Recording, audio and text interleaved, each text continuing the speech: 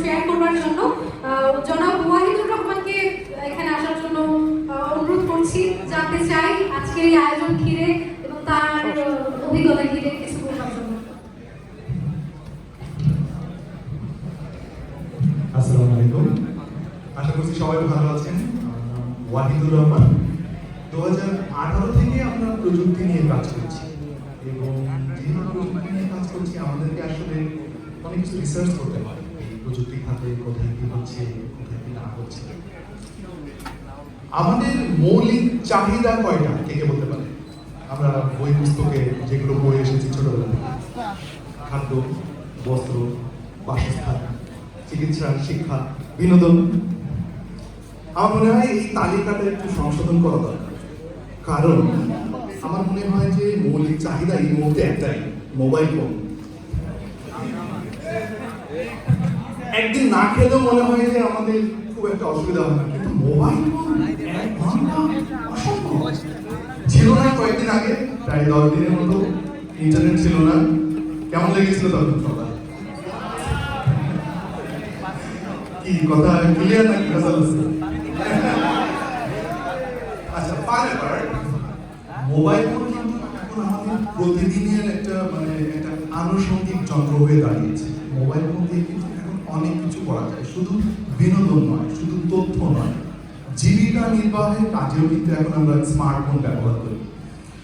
যেহেতু প্রযুক্তি নিয়ে কাজ করি, কিছু ইনফরমেশন আপনাদের সঙ্গে শেয়ার করবো। আশা করছি আপনারা আরো বেশি অনুপ্রাণিত হবেন। সংক্ষেপে আমি শেষ করব। 2023 সালের একটা জরিপে দেখা গিয়েছে আমাদের দেশে টোটাল মোবাইল ফোন যারা ব্যবহার করেন তার মধ্যে অলমোস্ট 40% মতো মানুষ স্মার্টফোন ব্যবহার করেন। তথ্যটা শুনলে হয়তো অনেকে আশ্চর্য হবেন যে বলে কি, আমি যেদিকে তাকাই সেদিকেই তো দেখি স্মার্টফোন ব্যবহার করছে, তাহলে এটা 40% হয় কিভাবে? এটা যেটা সত্যি, তার কারণ হচ্ছে আমি তো যারা শহরে বাস করি তারা তো সবসময় স্মার্টফোনই দেখে থাকি, বাট বড় একটা অংশ রয়েছে যারা মফস্বল এলাকায় বাস করে বা গ্রামে বাস করে, তারা কিন্তু এখনো পর্যন্ত ফিচার ফোন ব্যবহার করে। একটু চিন্তা করে দেখেন, এই 40% স্মার্টফোন ব্যবহারকারীর জন্য আজকে আমরা এত মানুষ এত জীবিকা নির্বাহ করছে শুধুমাত্র এই মোবাইল স্মার্টফোন দিয়ে। এটা যখন 100% হয়ে যাবে তখন কি অবস্থা হবে একটু চিন্তা করে দেখেন। সো আমার সামনে এই মুহূর্তে অনেক মেধাবী তরুণ যারা দেশের বিভিন্ন জায়গা থেকে এখানে অংশগ্রহণ করার জন্য এসেছে এবং প্রশিক্ষিত হয়েছে, তারাই কিন্তু আমাদেরকে খুব গুরুত্বপূর্ণ একটা পেশা রিপ্রেজেন্ট করছে আমাদের। তারা খুব গুরুত্বপূর্ণ একটা কাজ করছে।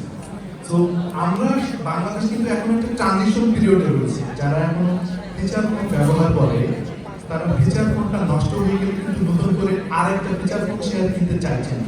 সে ভাবছে এখন আমি একটা স্মার্টফোন কিনবো। এটাকে বলা হয় ট্রানজিশন পিরিয়ড।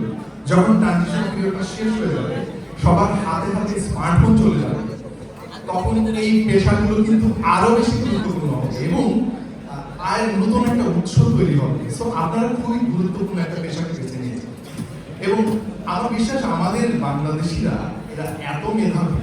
আমার কিছু বিদেশি বন্ধু বান্ধব আছে, তারা আমাদের সঙ্গে প্রায় গল্প হয়। তারা বলে যে মোতালেব প্লাজায় যে সমস্ত এই স্মার্টফোন যারা রিপেয়ার করে এরা এত মেধাবী, একই কাজ চায়নায় করতে গেলে যেখানে হাজার হাজার টাকা খরচ হয় অনেকে করতেই চায় না, এই সমস্ত কাজ আমাদের এই ভাই ব্রাদারদের জন্য হাতের এত অল্প সময়ের মধ্যে তারা করতে পারে। তো এই যে একটা অনেক বড় শ্রেণীর একটা মেধাবী তরুণ সমাজ, এদেরকে যদি ঠিক মতো প্রশিক্ষিত করা যায় প্রপার ওয়েতে, তাহলে কি হবে আপনারা আসলে একটু চিন্তা করতে পারছেন না এখন। এবং এই কাজটা আইফিক্স ফার্স্ট এত চমৎকার করে করছে শুরু থেকে, তাদেরকে অনেক ধন্যবাদ জানাই এত চমৎকার একটা অনুষ্ঠান আয়োজন করার জন্য এবং এখানে অংশ নিতে পেরে আসলে খুব সৌভাগ্যবান মনে হচ্ছে নিজেকে। এই জন্য তাদেরকে অনেক অনেক ধন্যবাদ। আবার আরেকটা জিনিস আমার কাছে খুব ভালো লেগেছে, সেটা হচ্ছে উইমেন এম্পাওয়ারমেন্ট, যেটা শুরু থেকে আমরা দেখছি।